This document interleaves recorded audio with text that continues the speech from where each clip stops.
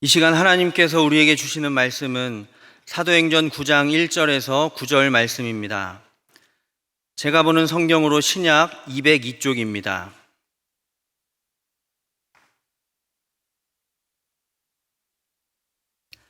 하나님의 말씀을 봉독하겠습니다.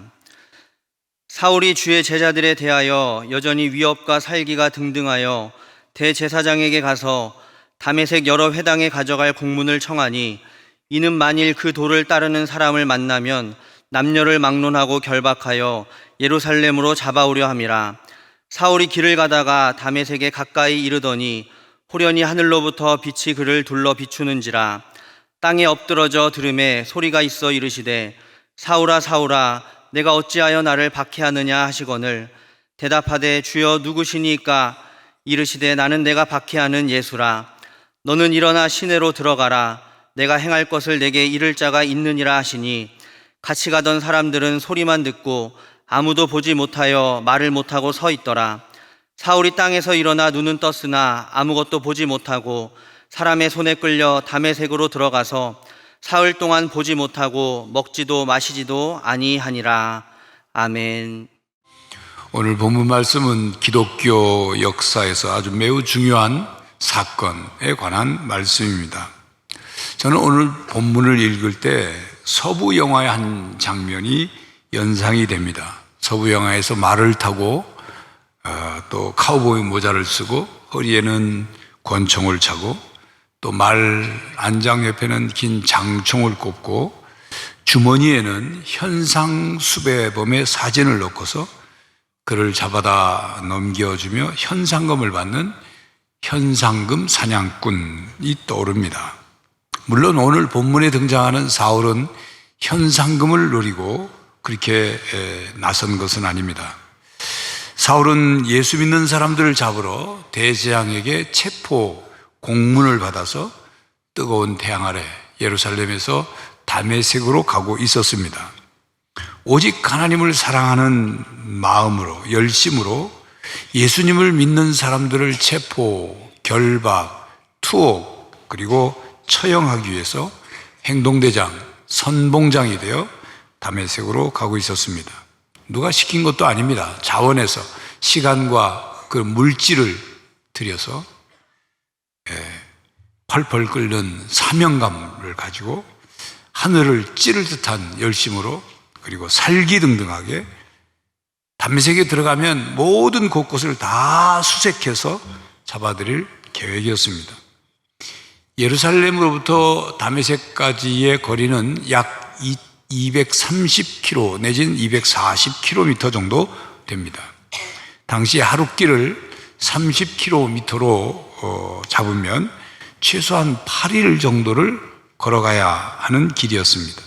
그렇게 다메섹에 가까이 이르렀을 때 사울은 예상치 못했던 사건을 겪게 되었습니다. 호련히 하늘로부터 강한 빛이 사울을 둘러 비쳤습니다. 놀라 사울은 땅에 엎드러졌습니다. 사울이 땅에 엎드러진 모습은 바닥까지 떨어진 박해자의 모습이었습니다. 소리가 들렸습니다. 사울아, 사울아, 네가 어찌하여 나를 박해하느냐? 사울은 놀라며 물었습니다. 주님 누구십니까? 나는 네가 박해하는 예수다. 너는 일어나 시내로 들어가라. 네가 행할 것을 내게 말해줄 사람이 있다. 함께 길을 가던 사람들은 소리만 듣고 아무것도 보지 못했다. 기록되어 있죠. 사울은 땅에서 일어나서 앞을 봤는데 앞이 안 보이는 거예요. 시력을 잃어버렸습니다. 결국 사람의 손에 이끌려 다메섹으로 들어갔습니다. 사울은 사흘 동안 앞을 보지 못했고 그리고 충격을 받았는지 먹지도 마시지도 않았습니다. 마치 죽기를 작정한 사람처럼 마치 죽은 자와 다를 바 없는 상태로 그렇게 사흘을 보냈습니다. 이 사건은 부활하신 예수님께서 박해하는 사울에게 드러내 보이신 만남입니다. 부활하신 예수님께서 자신을 계시하신 거죠. 계시란 감춰진 것을 드러낸다는 것 아닙니까? 이 사건을 통해서 사울은 새로운 삶을 시작했습니다. 후에 이름도 사울에서 바울로 바꿨죠.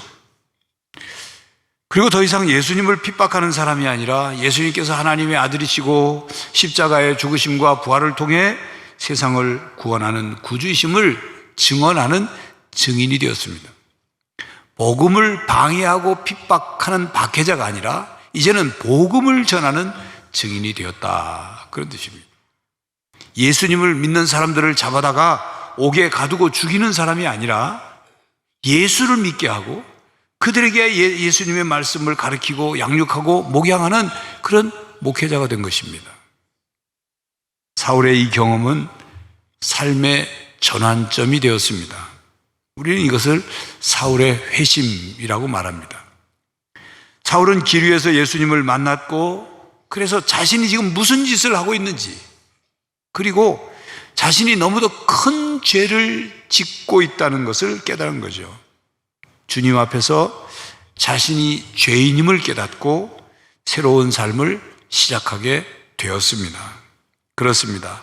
우리가 자신이 죄인임을 깨닫고 인정한 후에 예수님을 믿고 새로운 삶을 시작하는 것, 새로운 삶의 방향을 바꾸는 것, 이것을 우리는 삶의 전환점이다, 터닝 포인트다, 그렇게 말합니다. 그런데 이 삶의 전환은 아무 방향으로 바꾸는 것, 그것을 삶의 전환이라고 말하지 않습니다. 바른 삶의 방향으로, 바른 인생의 목적을 향해 방향을 바꾸는 거죠. 인생의 가장 큰 전환점은 회심입니다. 회심은 하나님께 등을 보이고 살아가던 사람이 마음의 방향을 바꿔 하나님을 향하여 살아가는 거죠. 자신의 죄로부터 돌아서서 믿음 속에서 하나님을 향하여 살기로 결단하는 것입니다. 그렇게 하나님 없던 삶, 예수 그리스도를 알지 못하고 믿지 않았던 죄인의 삶에서 예수 그리스도를 주로 믿고 하나님을 섬기는 삶으로 바꾸는 것입니다. 삶의 방향을. 그게 회심이에요. 완전히 삶의 방향을 반대 방향으로 바꾸는 거죠. 자동차 운전으로 말하면 유턴하는 거죠. 그냥 그 방향으로 계속 차가 달려간다면 낭떠러지 아래 떨어져 죽을 수밖에 없는 절망의 길에서 방향을 유턴해서 돌아오는 거예요. 그렇습니다. 사울은 삶의 방향을 바꿔서 새로운 삶을 살게 되었습니다. 예수님이 그리스도시고 살아계신 하나님의 아들이시며 구원자이심을 믿고 그 예수님을 마음속에 모신 거예요. 그러니까 사울의 삶은 예수님이 없던 삶과 예수님이 함께 하시는 삶, 이렇게 구별되어 있는 겁니다. 성도 여러분, 여러분의 삶에 예수님이 삶의 전환점이 되었습니까? 예수님 때문에 삶의 목적과 방향이 바뀌었느냐, 그 말입니다. 만약 그렇지 않다면 예수님을 만나고 새로운 삶이 시작되기를 바랍니다. 여러분, 우리는 고집스럽게 살다가 삶의 방향을 바꿔야 하는 그런 기회가 있음에도 불구하고 또 놓치고 또 놓치는 경우들, 그래서 결국은 막다른 골목까지 가는 경우가 있다, 그 말이에요. 질병이라는 신체적인 막다른 골목에 이르러 사업 실패나 재산을 날리는 경제적인 막다른 골목을 만나기도 합니다. 실수와 허물이 드러나 명예가 실추되는 막다른 골목, 교만과 완악함 때문에, 게으름과 죄 때문에 영적인 막다른 골목을 만나기도 합니다. 사람과의 관계에서 막다른 골목을 만나기도 합니다. 그때 그 막다른 골목을 만나 그 막다른 골목 앞에서 어떻게 반응하냐에 따라 삶의 방향이 달라지는 거예요. 어떤 환경에서는 그 어려운 환경을 만나가지고 어떤 사람은 절망하여 죽는가 하면 어떤 사람은 그것을 극복해서 더 성숙한 삶을 살아갑니다. 똑같은 고난, 똑같은 위기, 똑같은 막다른 골목을 만나지만 그걸 어떻게 반응하냐에 따라서 그 인생이 달라지는 거예요. 오래전에 말씀을 드린 적이 있는데 영국의 윌리엄 문이라는 사람이죠. 그는 대학 시절 머리가 명석했어요. 공부를 잘했어요. 그런데 그의 머리를, 그 좋은 머리를 그 유익한 가치 있는 일에 쓰고자 하는 그런 의욕은 없었어요. 오히려 그 좋은 머리 가지고 크고 작은 범죄 사건에 가담을 하고 무리를 일으키며 살았어요. 그러던 어느 날 그가 뜻하지 않은 사고를 당해서 실명하게 됩니다. 시력을 잃게 돼요. 그제서야 그는 여태껏 잊고 있던 하나님을 찾기 시작했죠. 하나님께 원망합니다. 하나님, 하필이면 왜 접니까? 하나님, 왜 저에게서 빛을 빼앗아 가십니까? 그저 하나님께 원망하고 하나님께 탄식합니다. 그러던 중에 자기 마음속에 이런 생각이 들었어요. 내 주위에 이 시력을 잃은 그런 맹인들이 참 많구나. 나만 그런 게 아니구나. 자, 그렇다면 내가 이런 분들을 위해서 내가 뭐 할 수 있는 게 없을까? 이런 생각이 들기 시작한 거예요. 그래서 그 윌리엄 문은 눈뜬 사람들이 가지고 있지 않은 맹인들만의 감각이 뭔가, 탁월한 감각이 뭔가, 그걸 발견해. 이 촉각 아닙니까? 그래서 그것에 의해서 점자책을 만들었습니다. 만약 이 윌리엄이 계속 하나님만을 원망하고 신세환탄을 하고 자포자기했다면, 또 자신이 가지고 있는 지혜와 재능을 건강할 때처럼 그냥 사고 치는 데만 사용했다면 수많은 맹인들에게 이 점자로 빛을 주는 그런 일을 못했겠죠. 점자책은 발명되지 못했을 것입니다. 윌리엄 문에게는 실명이라는 막다른 골목이 삶의 전환, 터닝 포인트가 된 것입니다. 여러분, 고난과 시련과 위기와 역경은 포기의 순간이나 절망의 순간이 아닙니다. 터닝 포인트예요. 삶의 전환점이 될 수 있다고 말해요. 삶의 방향과 목적을 바꾸도록 하는 하나님이 주신 기회예요. 그 순간을 삶의 전환점으로 받아들이고 하나님의 놀라운 은혜로 여러분들이 변화될 수 있기를 바랍니다. 여러분, 기독교는 변화의 종교입니다.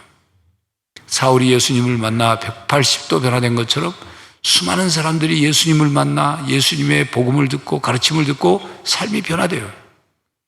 이 복음적 신앙은 그래서 변화되고 성장하는 신앙입니다. 물이 포도주로 변화되듯 그렇게 변화되는 거예요. 그러므로 여러분이 예수님을 주로 믿는다면 삶이 변화되어야 합니다. 변화되지 않는 그런 신앙인은 자신이 바른 신앙을 가지고 있는지 한번 점검해 봐야 돼요.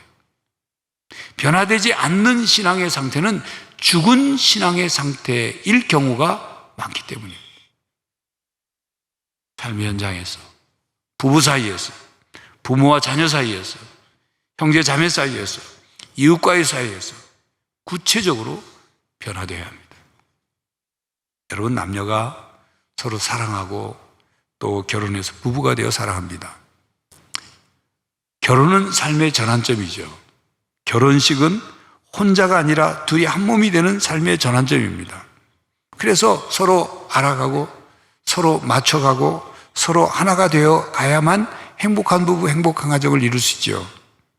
그런데 결혼 전에 상대방에 대해서 알고 있는 것, 그것을 상대를 다 안다고 생각하고 결혼한 후에는 서로 알려고도 하지 않고 이해하려고도 하지 않고 그렇게 살아간다면 결국 어느 순간에 권태기에 접어들어요. 이미 권태기에 왔는지도 모르죠. 상대를 더 알아가지 않고 상대를 다 안다고 생각하고 나는 상대에게 더 발전된 모습, 변화된 모습을 보이지 않고 살아가면 서로 권태기에 들어서는 거예요. 변하지 않는 그런 상태로 가는 겁니다. 그래서 상대에게 무슨 말 합니까? 네, 그럴 줄 알았어. 그럴 줄 알았어. 당신 뻔해. 내가 다 알아. 서로 이런 말을 하면서 상처를 주고 사는 거예요. 이런 말 하죠. 우리 남편은요, 안 변해요. 안 변해요. 만약 그 인간이 변한다면 죽기 직전에나 변하겠죠. 왜 사람이 죽기 직전에 변한다고 하지 않습니까? 우리 마누라는 절대 절대로 안 변해요. 절대로. 평생 저렇게 살아요. 평생. 서로 이런 말 하면서 사는 거예요. 그러니 무슨 기대가 있고 무슨 사랑이 있어요. 만약 여러분이 그렇게 살아가고 있다면 이제 다시 삶의 전환점을 가져보는 것이 어떻겠습니까? 예수님을 믿는다면, 하나님 나라를 믿는다면, 하나님의 심판과 구원을 믿는다면, 하나님께서 영원한 생명을 우리에게 주시고 우리에게 영생을 허락해 주신다는 것을 믿는다면 삶의 방향을 바꾸고 변화되어야 하는 것입니다. 여러분은 예수님을 알고 믿고 하나님의 자녀가 된 후에 얼마나 변화됐습니까? 가던 삶의 방향을 바꾸어 하나님께로 얼마나 더 가까이 갔습니까? 여러분의 삶의 변화가 가족에게, 자녀에게, 부모에게 어떤 영향을 끼치고 있습니까? 성도 여러분, 기회 있을 때 변해야 합니다. 시간이 기다려주지 않을 수 있어요. 부모님의 삶이 그렇고, 사랑하는 아내, 사랑하는 남편, 사랑하는 가족, 사랑하는 나와 관계된 사랑하는 사람들이 시간을 기다려주지 않을 수 있어요. 기회가 있을 때 미안하다고 말하십시오. 아직 시간이 있을 때 용서해달라고 말하십시오. 사랑한다고 말하십시오. 특히 부모님께 아직 시간이 있을 때, 부모님이 아직 살아계셔서 시간이 있을 때 효도하는 변화된 여러분들의 모습을 보이셔야 합니다. 그렇게 예수님을 믿는 사람이 어떻게 변화되어 가는지를 보여줘야 하는 겁니다. 진심으로, 거짓이 없는 신앙으로, 십자가의 사랑으로 여러분들이 변화되시기를 바랍니다. 오늘 본문 9절까지 읽었는데 10절 이하에 보면 다메섹에는 아나니아라는 제자가 있었습니다. 초기 예루살렘 교회 헌금 문제로 죽은 아나니아도 이름이 같죠. 동명이인입니다. 아나니아라는 이름의 뜻은 여호와는 은혜롭다, 그런 뜻이에요. 사도행전 5장에 죽은 아나니아는 그 이름과 정반대의 삶을 살았죠. 그런데 이 9장에 등장하는 다메섹의 아나니아는 이름대로 하나님의 은혜로운 하나님을 경험했어요. 사도 사울과 함께 은혜로운 하나님의 강력한 역사를 경험했어요. 주님께서 환상 중에 아나니아에게 나타나셔서 말씀하셨습니다. 아나니아라, 일어나라. 너는 직가라고 하는 거리로 가면 유다라는 사람의 집이 있는데 그 집 안에 다소 사람 사울이 있으니까 가 찾아라. 명령하셨어요. 그리고 이렇게 말씀하셨어요. 그 사울이, 아나니아, 네가 사울에게 와서 안수해가지고 보지 못하던 눈을 보게 하는 환상을 이미 사울이 보았다. 그러니 넌 가라. 아나니아는 주님의 말씀을 들었지만 주저했습니다. 왜냐하면 사울이 그리스도인들에게 두려움의 대상이었기 때문입니다. 사울은 교회를 핍박하는 자로 소문이 자자했죠. 그가 다메섹에 온 것도 예수 믿는 사람들을 잡아다가 예루살렘으로 끌고 가기 위한 것이라는 걸 다 알았기 때문에 아나니아가 그 사울에게 가는 거 주저할 수밖에요. 그렇지만 주님은 아나니아에게 이렇게 말했습니다. 아나니아, 사울은 내가 택한 그릇이다. 그러니 그에게로 가라. 다시 말씀하셨어요. 아나니아가 사울에게 가서 안수하는 일은, 이건 큰 용기가 필요한 일이지 않습니까? 그래서 아나니아는 결국 주님의 말씀에 순종을 했습니다. 물론 그 용기를 가질 수 있도록 주님이 도와주셨죠. 성령님이 도와주셨죠. 그리고 이제 아나니아는 사울에게 가서 이렇게 말하면 17절입니다.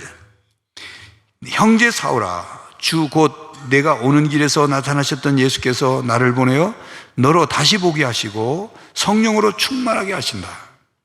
그러고서 안수를 했습니다. 그랬더니 사울의 눈에서 즉시 비늘 같은 것들이 벗어져서 사울이 다시 보게 되었습니다. 그리고 일어나서 세례를 베풀었고, 그 세례를 받게 했고, 그 다음에 사울은 금식을 그치고 음식을 다시 먹기 시작해서 강건해졌다. 이렇게 성경은 기록합니다. 그리고 사울이 다메섹에 있는 제자들과 함께 며칠 있으면서 회당에서 부활하신 예수님이 하나님의 아들이시다 하고 외칩니다. 전합니다. 듣는 사람들이 깜짝 놀랐겠죠. 왜요? 부활하신 예수님이 하나님의 아들이라고 전하는 사람들을 잡으러 온 사람이 자기 입으로 그 말을 하니 얼마나 놀랐겠습니까? 자, 그러니까 사울은 다메섹으로 가는 길에서 강한 빛으로 임하신 주님을 만나면서 시력을 잃었습니다. 앞을 보지 못하게 됐어요. 그때 사울은 육신의 눈으로는 아무것도 볼 수 없었지만 그의 마음의 눈, 그의 영혼의 눈은 자신을 들여볼 수 있게 됐죠. 자신의 삶을 다시 들여다보고 자신이 지금 하는 짓이 뭔가, 내가 지금 무슨 짓을 하는가, 그걸 다시 보게 됐겠죠. 나는 어떤 사람인가? 난 뭘 하는 사람인가? 그렇다면 이제 나는 어떻게 살아야 하는가? 나에게 어떤 사명이 있는가? 이걸 스스로에게 물었겠죠. 그렇게 사흘을 보냈을 겁니다. 그러다가 아나니아의 안수를 통해서 눈에서 비늘 같은 것이 벗어져서 다시 보게 됐습니다. 근데 이 장면이 사울이 못 보게 됐다가 다시 보게 된 이것이 상징하는 의미가 있어요. 사울은 그동안 보던 것을 못 보게 되었다가 이제 다시 새로운 눈으로 세상을 보게 되고 예수님을 보게 되었습니다. 눈에서 비늘 같은 것이 벗어 육신의 눈이 다시 보게 될 뿐만 아니라 영혼의 눈에서도 뭔가 벗겨져야 할 것이 벗겨지게 된 거예요. 그동안 사울은 부활을 믿지 않았습니다. 의인의 부활은 믿었어요. 이 의의 부활을 믿는다는 말은 뭐냐면 이 세상 마지막 종말의 때에 그때 돼서야 의인들이 부활한다. 이렇게만 믿은 거예요. 이 현 세상에서 어떤 개인이 부활한다? 이건 있을 수 없는 거다. 그렇게 믿고 있는데 십자가에 처형되어 있는 나사렛 예수가 죽었다가 다시 부활했다고 하니 도무지 믿을 수가, 받아들일 수가 없었던 거죠. 그것을 전하는 것, 그것을 부활했다고 퍼뜨리는 것은 그건 거짓말장이고 사기꾼이고 이단들이다. 그렇게 생각했던 거예요. 그리고 사울은 예수 그리스도가 그리스도시며 하나님의 아들이시라는 진리를 믿지 않았어요. 그래서 그런 말을 퍼뜨리는 것은 곧 하나님께 불경한 죄를 짓는 것이고, 그리고 사울이 믿는 유대교를 대적하는 거라고 생각했어요. 그러니 당연히 그 예수 믿는 사람들 교회를 그냥 없애버려야 하고, 그리고 그렇게 진멸하는 것이 하나님을 위한 최고의 충성이라고 생각했던 거예요. 그런 사울이 부활하신 예수님을 만났습니다. 그동안 앞을 가리고 있던 것들이 벗어지게 된 거예요. 예수님을 믿지 못하게 했던 사울의 마음과 영혼을 가리고 있던 그것이 벗어지게 된 거예요. 선입견과 편견과 고집스러운 것들이 벗어지고 새롭게 보게 된 것입니다. 하나님에 대한 고정관념으로 굳어진 그 신앙이 벗겨진 거예요. 그동안 율법에 매여있던 신앙이 벗겨지게 된 거예요. 자기 뜻을 하나님의 뜻이라고 믿었던 신념이 벗겨지게 된 거예요. 자기가 일하는 것, 그렇게 하나님을 위해 충성하는 그 일하는 방향이 곧 하나님이 원하는 방향이라고 생각했던 신념이 벗겨지게 된 거예요. 예수님을 핍박하는 것이 하나님이 가장 원하는 일이라고 생각했던 그 확신이 벗겨지게 된 거예요. 그 모든 것이 잘못되었다는 것을 깨닫고 예수님을 만나고 그것을 깨달아 돌이킨 거예요. 그래서 하나님을 다시 보게 됐고 예수님을 다시 보게 된 겁니다. 그런데 여러분, 사울만 그런 것이 아니라 아나니아도 마음의 눈에서 무엇인가가 벗어져 사울을 새롭게 보게 되었습니다. 아나니아의 마음속엔 사울은 핍박자고 원수와 같은 존재고 경계해야 될 사람이고 같이 할 수 없는 사람이라고 생각했는데 주님께서 말씀하잖아요. 그는 내가 택한 나의 그릇이다. 가라. 안수하고 그에게 세례를 베풀고, 그러면서 아나니아가 가지고 있는 사울에 대한 선입견과 편견이 벗겨지게 된 거예요. 그래서 하나님의 시각으로 사울을 보게 된 거죠. 그렇습니다.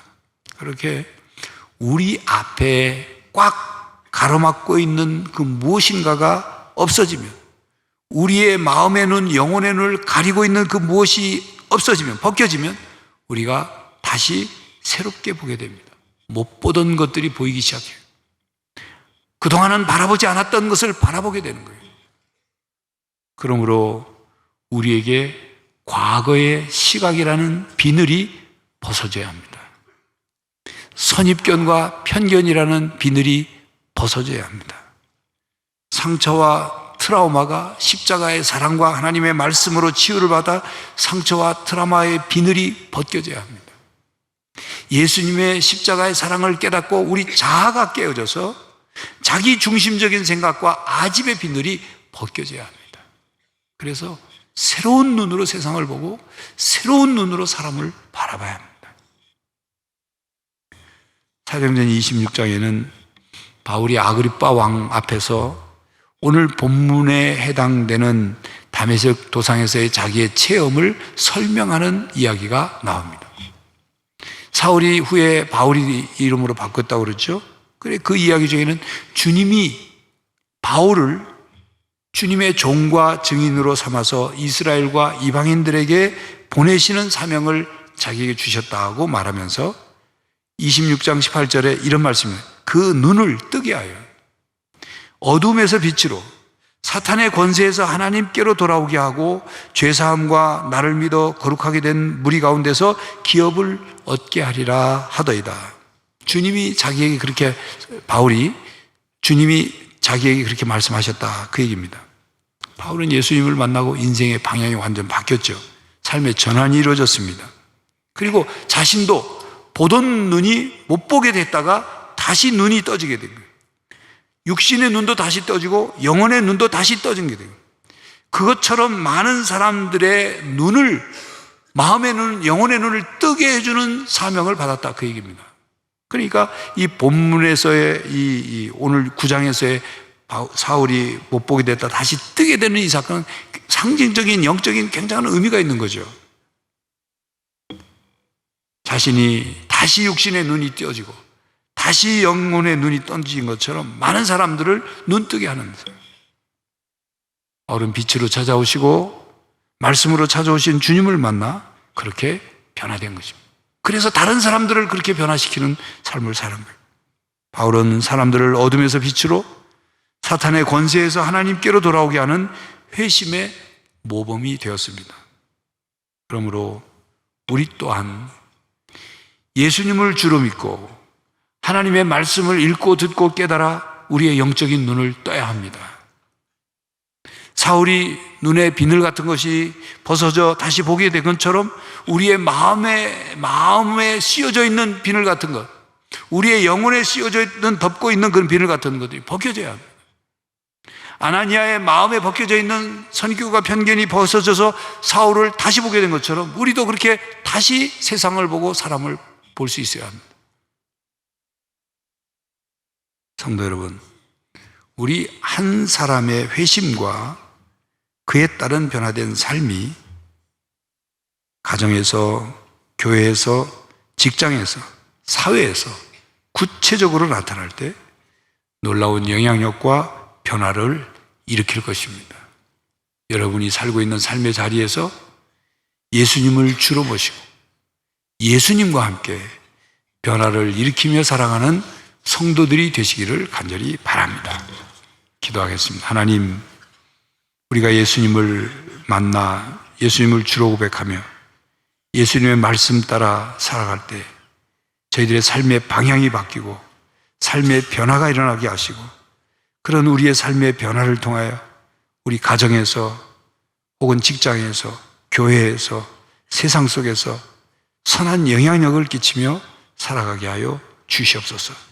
어버주의를 만나 부모님에게 변화된 우리의 모습으로 효도하며 공경하게 하시고 우리 가정이 온전히 변화되는 가정 되게 하여 주시옵소서.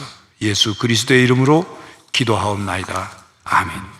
성도 여러분, 예수님을 만나 또 예수님을 주로 믿는 한 사람의 회심과 삶의 변화는 가정에서, 교회에서, 이웃들에게 영향력을 끼칩니다. 삶의 자리에서 변화를 일으키며 살아가는 성도가 되시기를 간절히 바랍니다. 지금은 우리 주 예수 그리스도의 은혜와 하나님 아버지의 사랑과 성령 하나님의 교통하심이 삶의 자리에서 변화를 일으키며 살기로 다짐하는 모든 성도들과 가정과 삶의 터전 위에, 그리고 이 땅의 어버이들 위에 이제로부터 영원히 함께 하시기를 간절히 축원하옵나이다. 아멘.